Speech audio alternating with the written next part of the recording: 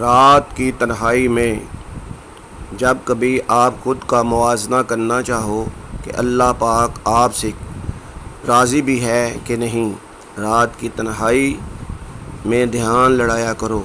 یہ کتنی دفعہ نام محمد صلی اللہ علیہ وسلم آپ کی زبان پر آیا، کتنی دفعہ درود پاک پڑھوایا گیا آپ سے دن بھر میں۔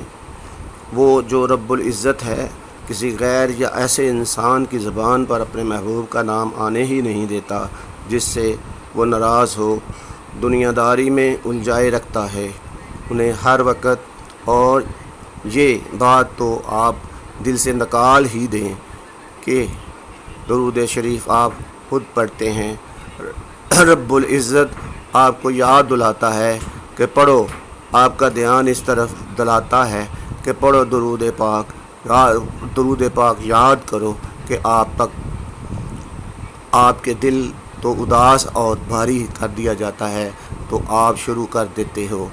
یہ بھی عنایت ہے میرے رب عزت کی صلی اللہ علیہ وسلم کی۔